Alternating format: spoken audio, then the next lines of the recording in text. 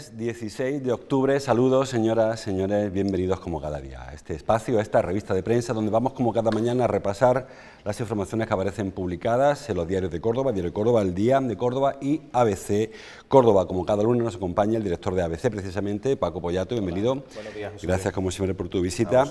Hoy teníamos en las tres portadas un anuncio de lo que iba a ocurrir, que ya ha ocurrido, ahora lo explico. El Diario de Córdoba abría con cinco columnas toda España pendiente de la decisión de Puigdemont, del presidente del gobierno autonómico catalán. Ahí lo tienen, el diario El Día, en la parte alta de la cabecera, foto para el molt honorable, todavía, luego ya verás qué pasa con él. España pendiente de una respuesta, y el diario ABC, la página 2, también titula Puigdemont intentará responder a Rajoy con evasivas para ganar tiempo.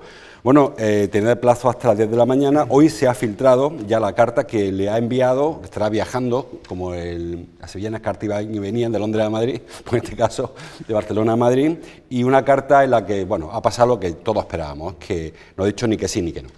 Sí, bueno, formaba parte de lo previsible, ni mucho menos podíamos intuir que diese una respuesta casi con un monosílabo, no hacía falta ni más, simplemente sí o no, que era lo que le pedía el presidente del gobierno.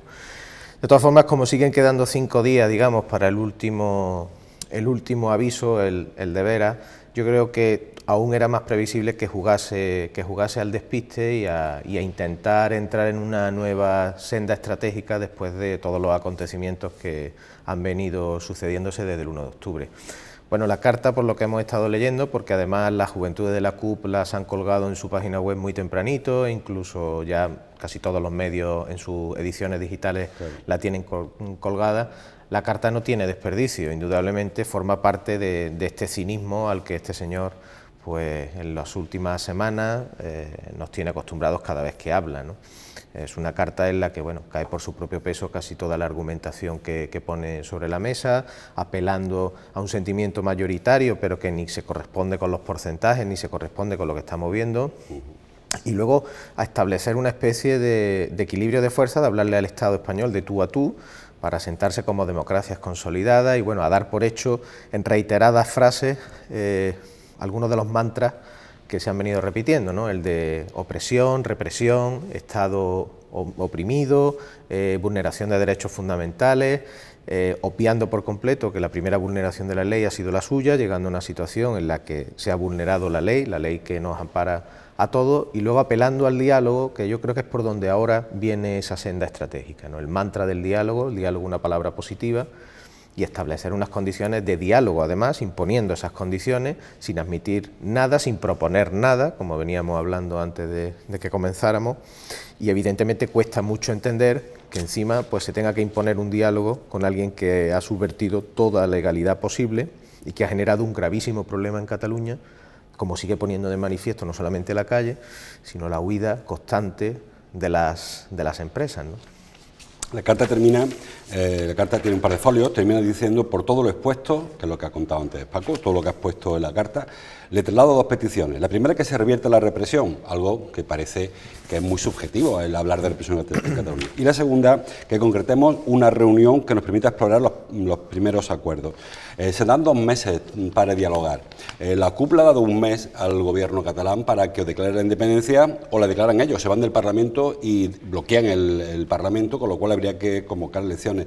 Parece que Puigdemont se ha entregado ya a un destino escrito, que es el de las elecciones anticipadas, que no quiere ser él el que las provoque. Incluso aquí habla de suspender el autogobierno. El artículo este no suspende autogobierno. Puede disolver el Parlamento, pero el autogobierno no se va a suspender por mucho que se aplique en un artículo. No es competencia del gobierno de Rajoy. Es decir, que parece como que se está él entregando un poco a la causa, el mártir, que me hagan conmigo lo que quieran. Yo creo que ese discurso del ser mártir, ser víctima, es el que él tiene en estos momentos, que además ya está en una situación, digamos, central en cuanto a la radicalidad de la CUP, que ya a sus juventudes, 1.500 cachorros, por decirlo de alguna forma, que están listos y preparados, con algunos componentes anarquistas y, bueno, alborotadores, para que en cualquier momento pueda haber algarada y siga habiendo algarada en la calle, y evidentemente frente al Estado, muy presionado por esa burguesía catalana, ese empresariado catalán que se ha ido, que se ha marchado, que le ha dado un portazo, que sigue dándole portazo, según incluso en ABC hemos estado publicando este fin de semana, bueno, ellos han intentado a última hora frenar esta sangría de empresas para intentar llegar a una situación de negociación con el Estado con todas las cartas y con elementos económicos de peso, pero se le ha derrumbado por completo el castillo de naipes. Yo creo que él está ya en esa huida hacia adelante, en la cual está intentando mantener una vía, digamos ahora pactista, negociadora, y siempre poniendo el foco en dos asuntos que es lo que preocupa, ¿no? En ese mantra de la represión. No ha habido ningún detenido, ya no hay ningún herido, hubo 2 solamente que permanecieron más de 2 días en el hospital después de todo lo que hubo, también con policías heridos, y sobre todo el foco a la prensa internacional, el foco a esas personalidades que habla en la carta, organismos internacionales, cuando en reiteradas ocasiones desde la Unión Europea y los principales países del mundo se ha dicho por activa y por pasiva lo que hay, evidentemente. La Unión Europea con absoluta firmeza, ¿no? Trae el diario El Día en el sumario una nota cultural que parece no tener que ver con esto, pero sí que tiene que ver. Javier Sierra logra el planeta con una novela sobre el grial. Luego hablaremos del tiempo del planeta, pero me interesa, ayer hubo ceremonia de entrega del premio, del más prestigioso premio en lengua española. No estuvo el gobierno, mandó a Santivila, creo, que es el conseller más cercano a la tesis de acabar con todo el proceso, de volver a la senda. No estuvo Puigdemont, no estuvo la presidenta Forcadell.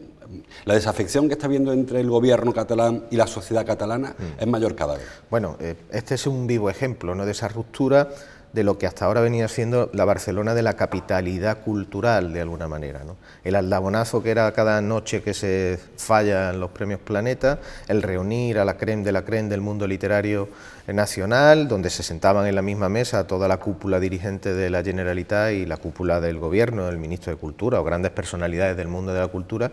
Ahí se ha producido una ruptura absoluta, ¿no?, lo cual incide todavía más en esos grandes socavones que se están formando en la sociedad catalana, en lo económico, en lo social y en lo cultural, ¿no?, que era otra de sus grandes banderas, y donde evidentemente hay grupos muy importantes y grandes editoriales radicadas en Barcelona. Por acabar con el tema catalán, el diario, bueno, vuelvo atrás y luego sigue adelante. La carta de Puigdemont hace una referencia a que hoy va a prestar declaración el mayor de los Mossos, este hombre trapero, y los 2 Jordi, de Òmnium y de la Asamblea, y viene un poco a sugerir este hombre Puigdemont que por qué no se paralizan esos procesos. No lo dice con esas palabras, pero viene un poco a decir que sería un gesto, hombre, por su parte, que el gobierno parara esa judicialización del conflicto. Hay que recordarle a Puigdemont que el gobierno no puede paralizar conflictos judiciales, que son 2 órganos independientes absolutamente. Pero eso responde a la realidad delírica, por decirlo de alguna forma, a una realidad casi paranoide en la que o viven o pretenden hacernos vivir o pretenden hacer convencer a todo el mundo. O sea, habla no sé, para que nos entendieran los telespectadores, es como si alguien comete un delito, roba un banco, que ya lo hemos dicho en alguna ocasión, y además de que no se le detiene, pues él pone una serie de condiciones para seguir dialogando y bueno, y que le dejen o seguir robando el banco o por lo menos poder llevarse el dinero que ya ha robado. Pide un helicóptero, ¿no? Como pide un helicóptero como en las películas, ¿no? Tiene a los rehenes, porque en este caso los rehenes es la sociedad catalana. Él se refiere siempre a una parte de esa sociedad catalana, en su carta habla de 2 millones, pero omite al resto de los catalanes. Pero además exige condiciones cuando tiene rehenes y ni va a soltar a los rehenes, pero se quiere largar, ¿no? Y es que aquí no cabe diálogo ninguno. Lo que además mucha parte de la sociedad española no entiende es que ni el señor Trapero, que probablemente esté ahora mismo en la Audiencia Nacional declarando, ni los Jordis, ni nadie del gobierno catalán en estos momentos se haya tomado una medida cautelar contra ellos, ¿no? Y bueno, a pesar de que el famoso artículo 155 se ha activado y yo creo que va a seguir en marcha pese a las respuestas que tenga Puigdemont, todo parece como que siga habiendo cierto tembleque o cierta tendencia a la pausa para intentar no dejar todas las puertas cerradas y que haya una abierta por la que a lo mejor esto pueda revertirse. Pero aquí la condición principal es que él vuelva a la legalidad y a la normalidad que ha subvertido, no hay otra. La portada, me refería, por eso he dicho por delante, la portada de ABC habla de cautelares para Trapero. Parece que la Fiscalía apuesta por no pedir cautelares. Saben que para que se pida prisión preventiva o prisión pendiente de juicio, hace falta que coincidan varias circunstancias, por ejemplo, que haya riesgo de que destruya pruebas, este hombre ya lo que haya que destruir lo habrá destruido, si ha destruido algo, riesgo de fuga, tampoco parece que sea la causa, y que vuelva a delinquir, que tampoco parece que por ese delito no se espera que Trapero vuelva a delinquir, así que parece que Trapero volverá hoy a Barcelona. Caben dos lecturas en esta información que hoy protagoniza la primera de ABC. Yo creo que por un lado es muy curioso lo escrupuloso con lo cual se mueve el Estado o se está moviendo el Estado en todo este asunto. Es decir, yo creo que si ha de ser vigilante, ha de ser seguro a la hora de tomar decisiones, todavía en el Poder Judicial más, ¿no? Y yo creo que se está mirando con lupa todo proceder para que no se pueda interpretar como un desfase, entre comillas, en este caso en el Poder Judicial o en la actuación del Ministerio Público. A su vez también me sugiere la lectura de que en los momentos en los que estamos, hoy, que además tenía que responder como ya ha respondido Puigdemont y luego tenemos 5 días más, digamos, de permiso extra, creo que se intenta seguir siendo cauteloso y se intenta no apretar el acelerador con mayor empuje para intentar, bueno, no forzar una imagen, digamos, demasiado vehemente o beligerante. De humillación, dijo Artur Mas. Bueno, evidentemente ellos lo exageran todo, pero es muy curioso que eso esté en una parte y en otra parte haya barra libre, ¿no? Y todo valga y pueda escribirse una carta de 4 folios que no responde a ninguna verdad, en absoluto. Solamente las verdades que puedan ser los datos de las últimas elecciones catalanas. Bueno, vamos al territorio, vamos a bajar a nuestro ámbito. Tanto el Córdoba como el Día publican una foto a la portada del desastre en el Arcángel, titula el diario Córdoba. La humillante goleada coloca al Córdoba en descenso y a Carrión al borde del cese. Una foto que firma Paco González, en la que se ve a Jaime Romero lamentando una ocasión fallida. En el diario El Día, foto de Alex Gallego, humillado ante su gente, dice el diario Yolín. El Córdoba es goleado por el Nàstic en el Arcángel y toca fondo. Y el diario ABC... sí, tiene una foto también de Carrión. El Nàstic deja a Carrión al filo del abismo, el Córdoba cae goleado 1-5 en el Arcángel y la destitución del entrenador es cuestión de horas. También habla del tenis, motociclismo, baloncesto. Bueno, lo de Carrión creo que ya está cesado, sí, de facto, aunque no de derecho, o sea, aunque no se le ha hecho público, pero parece que ayer por la tarde-noche ya le comunicaron que no continuaba. Sí, parece que ayer, después de que acabe el partido, se produce una reunión del Consejo de Administración y sin que haya trascendido de manera oficial, pues se toma la decisión, aunque no se comunica oficialmente, que creo que se hará hoy. De hecho, ya se está comentando en las redes sociales que él no va a dirigir el entrenamiento del Córdoba hoy y el baile de nombres pues está sucediendo de una manera bárbara, ¿no?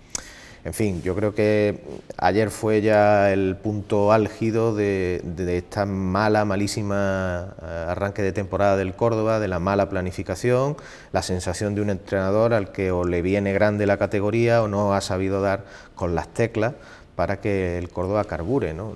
Él sigue todavía pensando, evidentemente, dentro de la coherencia de cualquier profesional, de que tiene solución, de que el Córdoba ha dado muestra en algunos partidos de que podía seguir adelante, pero ni la plantilla ha respondido, ni sus planteamientos responden, porque ayer incluso en el partido frente al Nàstic las probaturas ya llegaron a un punto en el de colocar a centrocampistas como defensa. Yo creo que este hombre lo ha probado todo, pero no ha dado ni muchísimo menos con la tecla, y yo personalmente, y es una modesta opinión, yo no soy ningún entendido en fútbol, creo que le viene grande la categoría y tampoco tiene una plantilla acorde a lo que se puede exigir, esperar o a los planteamientos que se hacen desde la propiedad del club en los inicios de temporada. Lo que pasa quizás es que Carrión ya empezó la temporada muy presionado, acabó la anterior muy presionado y es difícil trabajar bajo presión porque eres consciente de que cada partido es un examen, que ha ido suspendiendo examen tras examen, que cada vez era peor y por eso las probaturas que tú te referías, ¿no? Bueno, es verdad que Carrión empieza la temporada, acabó la pasada temporada pese a salvar al Córdoba de una difícil situación y casi encadenar una racha de partidos muy buena. Carrión acaba silbado cada vez que se menciona su nombre por la megafonía del Arcángel, ¿no?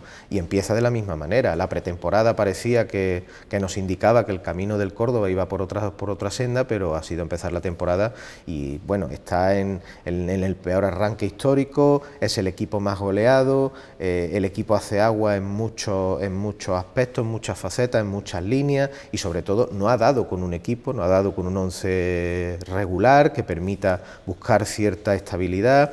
Ha habido también jugadores que se han traído de los que se esperaban muchas cosas y no han respondido tampoco a esas expectativas, y evidentemente en Córdoba el público es exigente, no es un público generoso en ese sentido, sino que es muy exigente, con poca paciencia, pero evidentemente es que ya la situación ha llegado a un extremo en el que o se toman medidas o evidentemente la deriva del equipo es muy peligrosa de cara a remontar esta malísima posición en la tabla. No esperen, le decía antes Francisco Pollato, que hay muchos nombres que van por la red circulando, no esperen tampoco ningún gran nombre, porque no es el estilo de González, de traerse un gran salvador, o como ocurre en otros equipos que fichan. Lo que se ha oído, o no parece que sea tampoco verdad. González es un señor imprevisible y de hecho durante los años que lleva aquí así lo ha demostrado. En algunas ocasiones él ha pretendido traer nombres que no tenían experiencia para intentar buscar como una carambola que le diese resultado. Me estoy acordando ahora del propio Chapi Ferrer, que bueno, acabó siendo sin apenas experiencia el entrenador que subió al Córdoba a Primera. También lo intentó con Juan Eduardo Schneider y fue un auténtico desastre.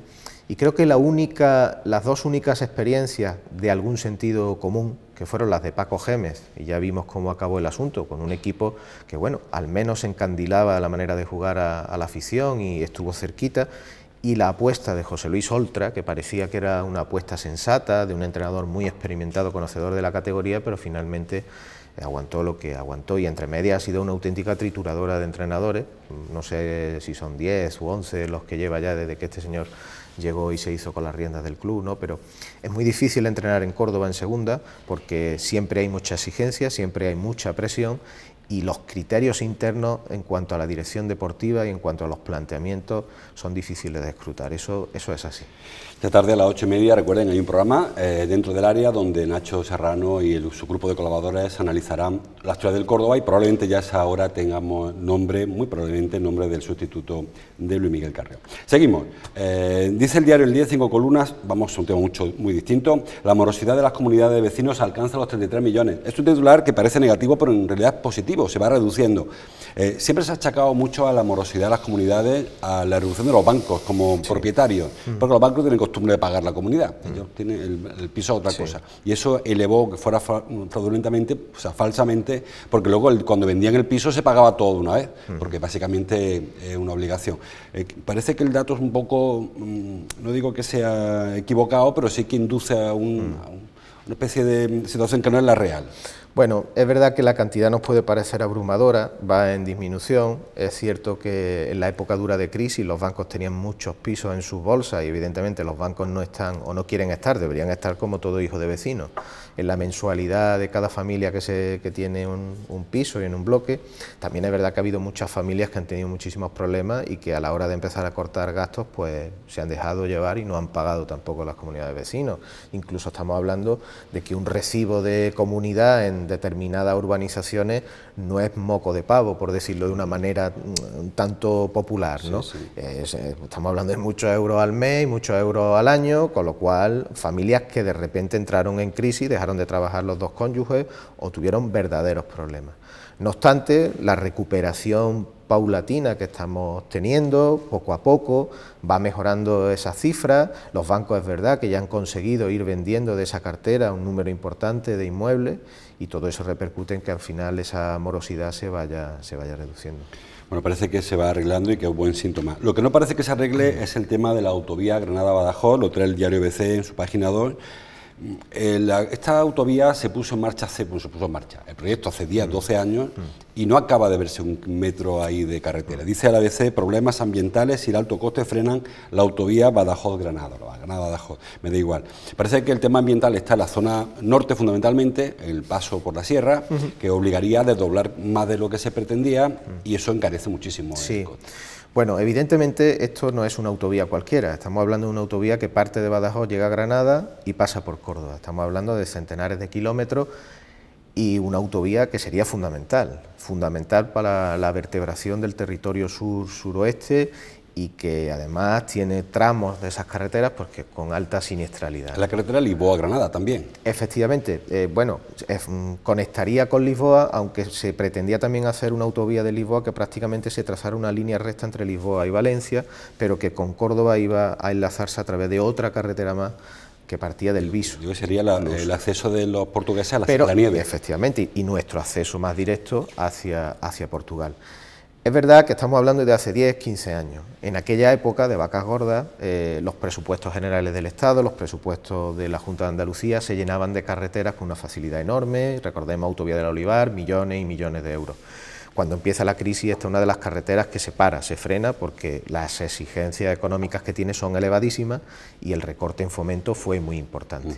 A eso se va sumando el hecho de que en ese tramo, esa parte de Córdoba que va, digamos, baja desde el Guadiato hasta Córdoba, pero especialmente desde Espiel o antes de Espiel hasta Córdoba, se empezó a trabajar en la declaración de impacto ambiental, pero la protección que tiene toda esta zona de lugar de interés comunitario al final resultó que impedía hacer una autovía como todos la conocemos. Propuesta que ahora hay sobre la mesa de partir en varios tramos la parte de Córdoba y concentrarse en la Espiel-Córdoba, digamos, en ese tramo, intentando desdoblar la carretera que existe en la actualidad, que sería la alternativa menos impactante. Luego de Córdoba a Pinos Puente, que sería el resto de tramos, parece que no tiene tanta dificultad. Si a eso añadimos que seguimos en una etapa en que la obra pública no está llena de grandes alegrías y las grandes exigencias presupuestarias que requiere esta carretera, pues estamos ante un gran atasco para un proyecto que hubiese sido fundamental el haberlo empezado a tiempo y el poder tenerlo resuelto. Hay menos presión quizá de la que se esperaba en esta presión social y política, porque hubo un conato de las diputaciones afectadas, que son todas del PSOE, creo, ¿no? Creo que las cuatro son del PSOE, hubo una presión especial al Ministerio de Fomento, pero luego no ha habido tampoco unidad para apretar en esta línea.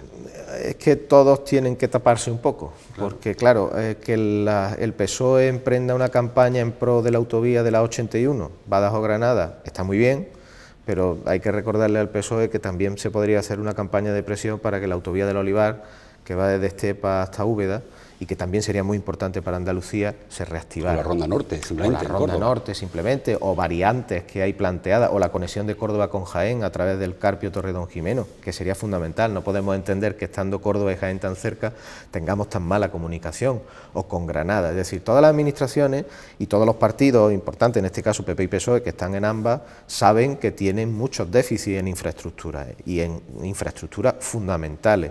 Quizá a cada uno le toca hacer el correspondiente papel frente a la administración responsable, el PSOE hacer oposición al gobierno y el PP hacérselo a la Junta, pero indudablemente yo creo que puestos a hacer presión, yo creo que todos deberían unirse a hacer presión para que esas carreteras pudieran hacerse en Córdoba, aunque yo creo que la opinión pública, como tú decías, lleva un tiempo ya y unos años en la que empieza a asumir y empieza a entender de manera razonable que los grandes dispendios pues no son momento todavía de ponerlo en marcha. Hablando de inversiones o de infraestructuras, titula el diario El Día, el Reina Sofía, se refiere al hospital, lógicamente, el Reina Sofía encarga las obras para la reparación del aparcamiento.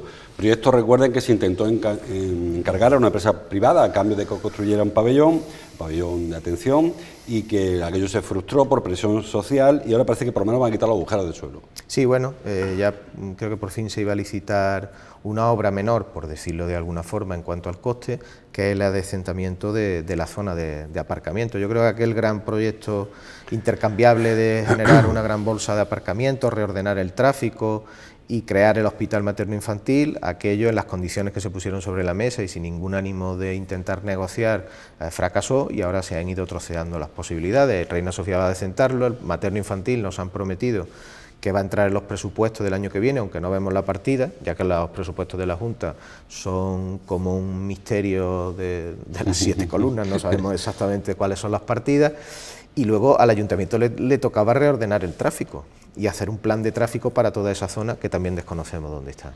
Hablando de tráfico, trae ABC la portada que hoy comienza la nueva restricción de tráfico en el centro. El acceso de vehículos a los colegios del centro se restringe a partir de hoy. Se ha ido faseando para evitar que hubiese demasiado molestia. Dijo ayer, creo que fue ayer, antes de ayer, Andrés Pino, el concejal de movilidad, que son muchas tarjetas, que han dado 600 tarjetas, y que no tiene sentido que 600 vehículos entren cada día al centro a soltar a los pequeños.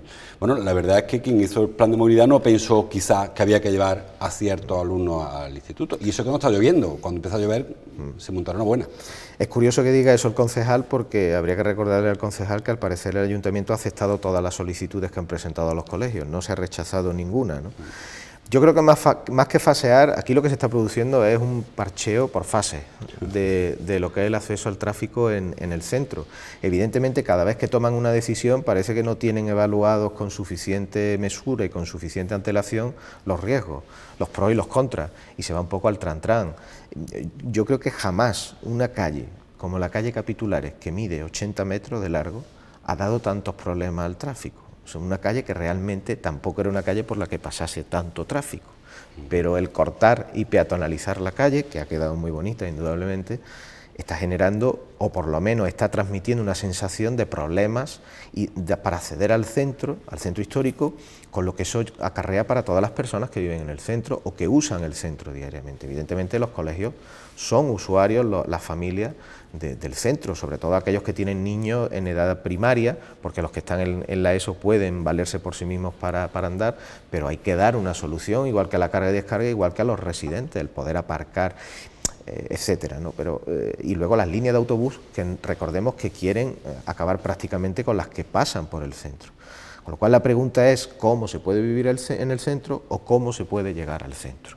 Teniendo también presente, y en eso, bueno, hay que ser consecuente, que toda peatonalización o todo intento de racionalizar el tráfico es bueno en las ciudades, eso se agradece, pero yo creo que, y ya no me voy a referir solo al ayuntamiento presente, no ha habido un ayuntamiento en esta ciudad en los últimos 15 o 20 años capaz de establecer un plan serio y riguroso con el tráfico, y sobre todo no ha habido interés por parte de ningún partido político de establecer un acuerdo inamovible. Estas son como las cosas cuando se habla en el gobierno de la educación, que ojalá hubiese un pacto y no se tocase, o las pensiones. Yo creo que el tráfico en una ciudad debería ser algo que todos los partidos asumieran que no se puede tocar. Sacarlo de debate político. Efectivamente, y si hace 5 o 10 años se establece un plan de tráfico para el centro que permita además ir desarrollando proyectos, pues que no se toque, pero que cada 6 meses se está cambiando algo en el centro. O bien no se puede entrar por una calle, no se puede aparcar, ahora San Álvaro, el eje de salida va a ser San Álvaro-Caño, no sabemos qué puede ocurrir, derivando tráfico por la calle Cruz Conde, que además es una calle peatonal. Me da la sensación de que es un parcheo continuo, sí. Y bueno, a ver a qué asistimos. Mucho ensayo-error, demasiado ensayo-error. Sí. Este fin de semana hemos visto como en ciudades como en Madrid, por ejemplo, en Valladolid también, han prohibido el tráfico por cuestiones medioambientales, por la contaminación. Y el conductor al final se acaba aceptando que eso tiene que ser así. Córdoba, no digo ahora ni mañana, pero al final vamos a tener que renunciar a buena parte del tráfico por el centro, pero como tú decías, no hay ni un plan, tampoco hay conciencia del ciudadano. No, eso es verdad. O sea, yo siempre hemos estado muy crítico con los usos y costumbres de nosotros los cordobeses, de tener que ir con el coche a todas partes, sí. Y a todas partes no hace falta ir con el coche. El cochismo que decía... No sé, pero queremos llegar con el coche casi a la puerta de cualquier... Y en Córdoba es verdad que afortunadamente, y es una gran ventaja, se puede llegar andando en 20 minutos a cualquier parte. Pero eso no quita que quien tiene un coche, quien es residente de una zona, o quien quiera ir con un coche a determinados puntos, pues se le facilite, ¿no? Aparcamiento, hay que buscar un equilibrio. Hay un ejemplo muy reciente que yo creo que responde a esto que estamos hablando, que es la Ribera, la zona de Ronda de Isasa, creo, ¿no? Cruz del Rastro hasta... Efectivamente, ahora se ha pintado una línea que me parece que es lo más ridículo que he visto últimamente, una línea donde se han pintado unos peatones para que por ahí vayan los peatones. O sea, ¿no sería más fácil decir que los fines de semana esa vía fuera intransitable para los coches? Directamente, como hay en muchas ciudades, en donde un domingo o un sábado, determinadas calles que son normalmente parte de los enclaves históricos, se cortan al tráfico. Pues no hay tráfico y puede pasear todo el mundo que quiera darse una vuelta por la ribera, cenar, comer o simplemente disfrutar de la buena temperatura. Y luego entre semana volver. O sea, hay medidas que ya se han hecho que son más sensatas que simplemente pintar un pequeño carrilito donde va a ir el peatón por mitad de la calle, pero los coches pueden seguir pasando, ¿no? Es un poco esa sensación de que ni se terminan de tomar decisiones y las que se toman están como muy, no sé, muy complejas, ¿no? Es como hacer difícil lo que puede resultar más fácil. Sí, menos complicado. Completamos la formación local. El diario El Día habla de formación profesional, titula Formación profesional básica llega a 1.500 alumnos. Es verdad que la formación profesional hasta ahora era una educación de segundo nivel, era un poco el listo a la universidad, el torpe a la FP, y que se está reivindicando y además se está reivindicando con un gran éxito. Parece que esa es una salida que se despreció en su día y que ahora hay que retomar con más fuerza. Sí, y los datos así apuntan, ¿no? No estoy en condiciones de asegurarlo con rotundidad, pero ya me parece que hay más alumnos en formación profesional en Córdoba que en bachillerato, ¿no? Y evidentemente yo creo que todo viene dado por el cambio que ha habido en el mercado laboral, ¿no? La generación de nuevas necesidades laborales, de nuevos puestos de trabajo que nada tienen que ver con lo que siempre hemos pensado, es lo que demanda un sistema educativo más flexible y para formar a los jóvenes en esas necesidades de las empresas. Ahí la formación profesional es fundamental, se ha demostrado que es como una vía más directa a conseguir un puesto de trabajo, que a lo mejor estudiar 6 años o 4 años un grado y hacer varios máster. Y bueno, el acento incluso se está poniendo en la llamada formación profesional dual, ¿no? En el que, bueno, en el modelo alemán de compartir estudios y práctica en empresas. Es perfectamente compatible que convivan tanto este sistema como el tradicional de bachillerato y las carreras, pero hay que fomentar y hay que reforzar todavía más los recursos, porque me parece que no son las plazas suficientes y el profesorado sigue siendo escaso en ese sentido, pero los datos son una evidencia y el triunfo de esa línea también. Terminamos en la parte alta de la página 2 de ABC, una información sobre el Gran Capitán. Titula Montilla, se dice el Ayuntamiento de Montilla básicamente, Montilla ultima la compra de cartas inéditas de Gran Capitán.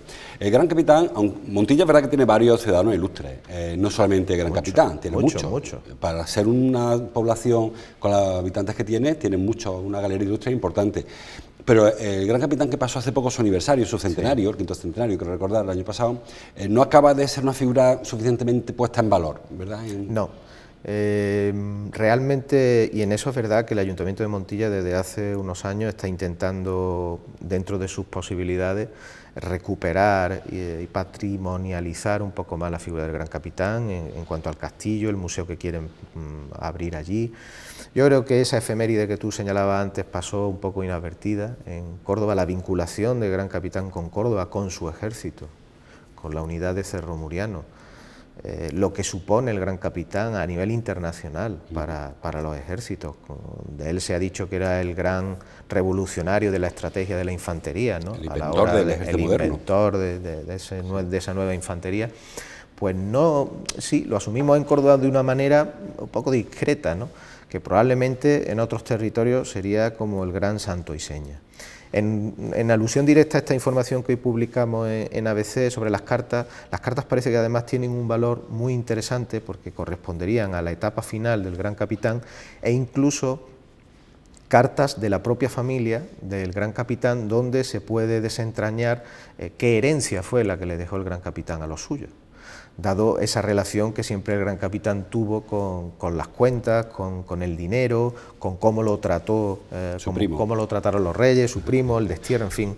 Es un personaje además lleno de aristas y bueno, no estaría de más seguir reivindicándolo, aunque él está enterrado en Loja, donde está, pero todo lo que podamos hacer para seguir capitalizando la figura del Gran Capitán y profundizando en ella, bienvenido sea. El Gran Capitán fue desterrado a Loja, le dieron un cargo, pero realmente fue desterrado a Loja. Fue desterrado a Loja. Claro, y entonces la historia quizá no ha sido nunca justa con él y quizá también por eso tenga cierto complejo la sociedad actual, porque fue una persona que acabó mal, para que lo entendamos. Se le inventaron o no una especie de rivalidad con Fernando el Católico, incluso había quien pensaba que quería ser rey de Nápoles. Amorío. Claro. Y bueno, él cuenta muy bien Pepe Calvo en su novela sobre el Gran Capitán, que era un personaje que iba por aquella época, por las calles de Nápoles, y era como hoy pudiese ser un gran líder mundial, reconocido y al que todo el mundo le rendía pleitesía, y de repente acabó desterrado y en el máximo de los olvidos en Loja, lo cual es una tristeza. Bueno, para acabar, tristeza, incendio en Galicia, aparece en todos los periódicos, el diario Córdoba mueren 2 personas, son 3 personas lamentablemente los fallecidos, en uno de los 150 incendios forestales que azotan la comunidad de Galicia. El diario El Día también lo he leído por algún sitio, ABC también lo trae, más de 80 incendios cerca en Galicia y fuerzan el desalojo de poblaciones. Bueno, parece que hay una intencionalidad en estos siniestros que no está clara, porque hay quien lo achaca a una especulación sobre el territorio, hay quien habla también de que, como ocurrió en Doñana, algún brigadista puede ser que tenga intención de alertar a la opinión pública de la desatención del monte, pero lo cierto es que son incendios provocados. Menuda manera de alertar sobre la desatención del monte. Cerillo, ¿no? Pero difícil luego apagar el cerillo. Sí, las 4 provincias gallegas están ahora mismo sumidas en diferentes incendios, creo que había cerca de 60 todavía activos, hay 3 muertos. Creo que ayer se veían imágenes incluso de los propios habitantes de Vigo con cubetas intentando apagar. Es algo clamoroso. Yo creo que sigue costando demasiado poco o sigue valiendo demasiado poco el que se cometan esta serie de delitos que acaben con el monte. Estamos además casi al final ya de la temporada de restricciones, de la temporada de alerta y de peligro en el monte, y parece una historia siniestra la que allí se está viviendo, y creo que debería de ponerse más acento en la ley, ser muchísimo más duro, y hacer pedagogía con ello en la sociedad de lo que supone este tipo de atrocidades que ahora mismo tienen a Galicia sumida en el espanto y en el error. Es que la legislación no es del todo contundente. Se cambió una legislación ya para evitar que se recalificaran terrenos en un periodo de tiempo, pero no llega a ser tan contundente como para que merezca la pena. No, y además es obvio que tal y como se han configurado todos estos incendios, esto no puede ser algo fortuito, puede ser en una sola localidad o en una zona nada más, ¿no? Creo que hasta incluso ya los incendios están cerca de Asturias. Aquí hay una intencionalidad casi segura, ¿no? Incluso el presidente de la Comunidad Gallega ya esta mañana hablaba de que el año pasado el 70% de los incendios en Galicia habían sido intencionados. Yo creo que hay que hacer mucho más duro y más ejemplar con este tipo de acciones. Bueno, pues parece que va a llover, que está lloviendo ya hoy en Santiago, en Galicia. Ojalá que el fuego sirva que el agua sirva para sofocar también el incendio. Y ojalá que el lunes que viene hablemos de otra cosa, no sea de incendio. Va a ser difícil del incendio, pero de la parte noreste, de la parte noreste, no de la parte noreste. Gracias, Paco, como cada lunes. Gracias a ustedes, como siempre, por su atención. Les dejo como cada mañana con Ángeles Mellado, con su desayuno. Hoy está acompañada del subdelegado, de Juan José Primo Jurado. Les dejo con ellos. Hasta mañana, gracias por su atención.